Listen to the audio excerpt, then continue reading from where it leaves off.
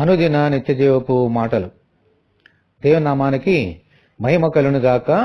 దేవుని వాక్యాన్ని చదువుకుందాము. లోకము తన కుమారుని ద్వారా రక్షణ పొందుటకే గాని లోకమునకు తీర్పు తీర్చుటకు దేవుడు ఆయనను లోకంలోనికి పంపలేదు. యోహాను సువార్త 3వ అధ్యాయము 17వ వచనం. మన యేసు ఈ లోకంలోనికి వచ్చి తన వాక్య పరిచర్యలో చెప్పిన మాటలు. నీతిమంతులను నేను పిలవరాలేదు గాని పాపులనే పిలువవచ్చితిని.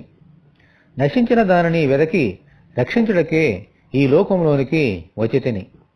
నా యొద్దకు వచ్చేవారిని నేను ఎంత మాత్రము త్రోసివేయను.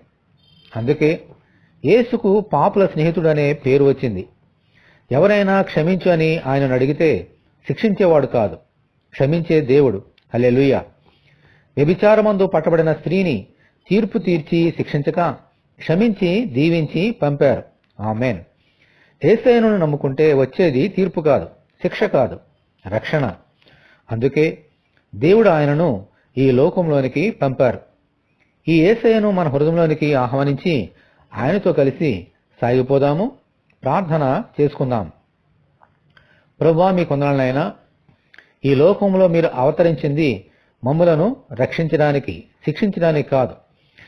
నీ యందు విశ్వాసం ఉంచిన మేము తీర్పులోనికి రాక రక్షణ పొందడానికే ప్రభువా మేమందరము కూడా నీ యందు విశ్వాసం ఉంచున్నామనే సత్యాన్ని గ్రహించి నాయన మా హృదయంలో మిమ్మల్ని చేర్చుకుని ఈ తీర్పులో నుండి, ఈ యొక్క శిక్షలో నుండి తప్పించబడి రక్షణ అనుభవంలోనికి వెళ్ళినట్లుగా నీ కృప మాకు దయచేయమని, ఈ వాక్యం వింటున్నా నీ బిడ్డలందరినీ దీవించమని యేసు అతి పరిశుద్ధమైన నామములో ప్రార్థన చేస్తున్నాము తండ్రి.